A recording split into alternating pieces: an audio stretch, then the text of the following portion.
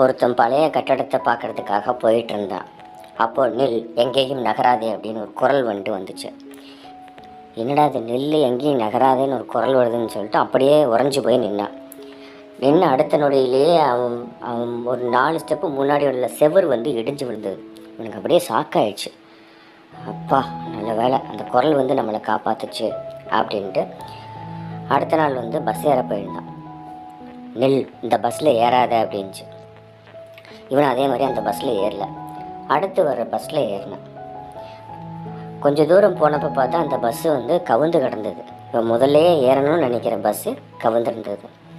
இவனுக்கு ஒரே ஆச்சரியம், யாரா நம்மளை இவ்வளோ ஒரு ஆபத்துலேருந்து காப்பாற்றுறது அப்படின்னு அவன் மனசுக்குள்ளே நினச்சான். அப்போ ஒரு குரல் வந்தது, நான் தான்ப்பா உன்னுடைய காவல் தெய்வம் அப்படின்ட்டு. உடனே இவன் சொன்னா, 5 வருஷத்துக்கு முன்னாடி நான் கல்யாணம் பண்ணும்போது நீ எங்கே போயிருந்த, அப்போ நீ காப்பாற்றிருக்க வேண்டியதானே அப்படின்னு.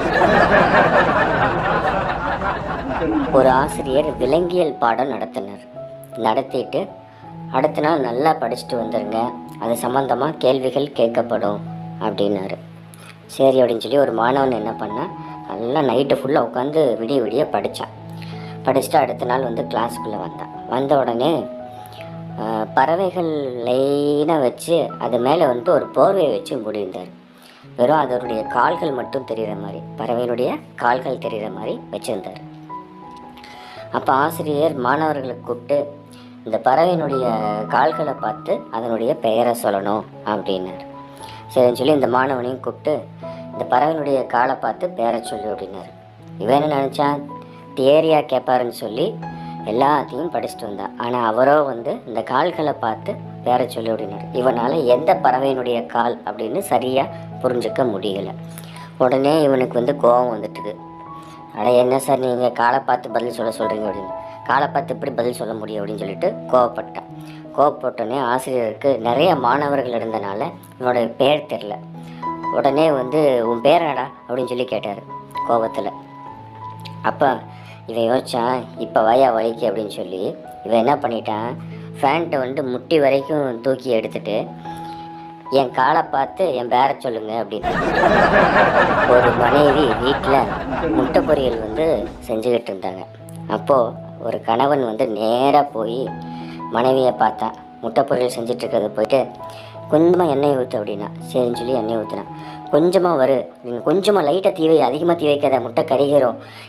அப்பப்போ கரண்டியை வச்சு கிளறிட்டே இரு, இல்லைன்னா முட்டை பொரியல் என்ன ஆகிறது அப்படின்னு. இந்த பக்கம் திருப்பு, சட்டியை அந்த பக்கம் வை, இப்படி திருப்பு, உப்பு கொஞ்சம் அதிகமாக போடு, என்ன பண்ணிகிட்ருக்க நீ, கொஞ்சமாக எண்ணெய் ஊற்று, இல்லைன்னா என்ன ஆகிறது அப்படின்னு சொல்லி இப்படியே கமெண்ட் கொடுத்துக்கிட்டே இருந்தான்.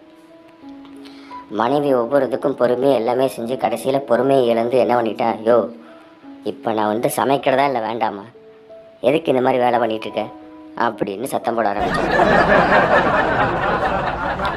அதுக்கு பொறுமையாக இருந்த கணவன் சொன்னான், இதே மாதிரி தான் நானும் காரை ஓட்டிகிட்டு இருக்கும்போது இந்தாண்டப்போ அந்தாண்டப்போ பிரேக்கப் போடு, கியரப் போடு, ரிவர்ஸில் வா, இப்படி வா, அப்படி போ, இந்த கட்டில் போ, அந்த கட்டில் போ, அந்த ஷாப்பிங் மாலில் நிறுத்து, இந்த ஷாப்பிங் மாலில் நிறுத்து, எவ்வளோ தூரம் நீயும் தொணன்னு நச்சரிக்கிறேன்.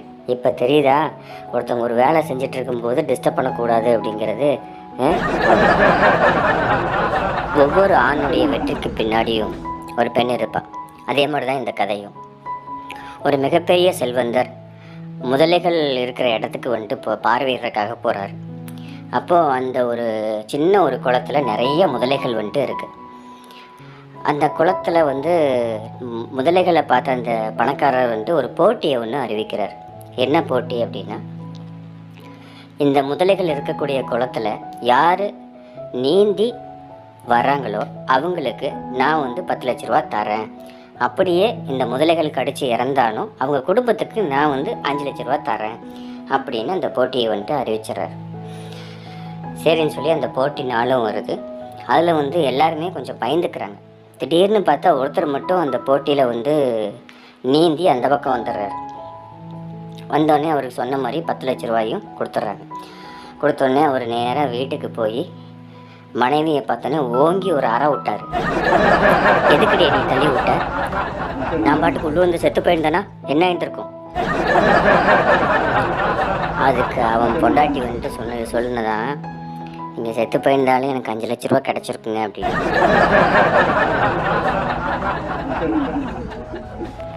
வேகமாக ஓட்டிகிட்டு போன காரை போலீஸ்காரங்க துரத்தி அந்த காரை நிறுத்தினாங்க.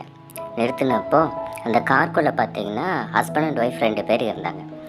அப்போது அந்த போலீஸ்காரர் வந்தவர் ஹஸ்பண்ட் கிட்ட, சார் நீங்கள் ரொம்ப அதிவேகமாக காரை ஓட்டியிருக்கீங்க, அதாவது இங்கே 40 மைல் தூரத்தில் தான் நீங்கள் போகணும், ஆனால் நீங்கள் வந்த வேகம் பார்த்தீங்கன்னா 50 மைல் தூரத்தில் இருக்குது அப்படின்னு சொன்னார்.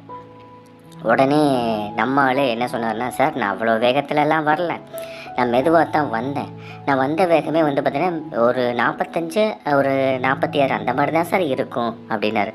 உடனே வீட்டுக்காரம்மா சொல்லிச்சு, யோ அவர் தான் சொல்கிறார்ல சார், இவர் வந்ததே 80 கிலோமீட்டர் வேகத்தில் வந்தார் சார் அப்படின்ச்சு.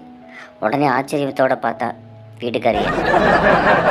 அதுக்கப்புறம் போலீஸ்கார் அப்படியே பின்னாடி போய், என்ன சார் காருக்கு பின்னாடி ரெட் லைட்டே எரிய மாட்டேங்குது அப்படின்னாரு. உடனே வீட்டுக்காரம்மா சொல்லிச்சு, ஆமாம் சார் நானும் பல தடவை சொல்லிகிட்டு இருக்கேன், இவர் காரை ஸ்டார்ட் பண்ணுறப்போ ஒரு வாரத்துக்கு முன்னாடி என்னமோ லைட் எரியலன்னு சொன்னீங்க இல்லையாங்க அப்படின்ச்சு. அவன் அப்போ ஒன்றும் சொல்ல, கொஞ்சம் கோவத்தில் முறைச்சி பார்த்தான் வீட்டுக்காரம்மாவை. அதுக்கப்புறம் வந்தவர், ஏன் சார் சீட் பெல்ட் வேறு போடாமல் இருக்கீங்க, ஏன் சீட் பெல்ட் போடல அப்படின்னு சொல்லி கேட்டார். உடனே வீட்டுக்காரம்மா சொல்லிச்சு, சார் இருந்தாலும் எப்போவுமே கார் சீட் பெல்ட் போடுறதில்ல, நீங்கள் அதிசயமாக இப்போ கண்டுபிடிச்சிருக்கீங்க அப்படின்னு. வீட்டுக்கார அப்படியே ரொம்ப கோவத்தில், கொஞ்சம் வாயை மூடிட்டு பேசாமல் இருக்கியா அப்படின்னா. அப்போ போலீஸ்காரன் கேட்டான், ஏன் மேடம் இவர் எப்போவுமே இப்படித்தான் கோபமாக பேசுவாரா, இல்லை இன்றைக்கி தான் பேசுகிறாரா அப்படின்னு கேட்டான். இவர் எப்போவுமேலாம் பேச மாட்டார் சார், எப்பப்போ தண்ணியை நல்லா ட்ரிங்க்ஸ் நல்லா அடிச்சுட்டு வண்டி ஓட்டுறாரோ அப்போ தான் இப்போ இந்த மாதிரி பேசுவார் சார் அப்படின்ட்டு. அவன் நினச்சான், செத்தாண்டா சேகர் அப்படி.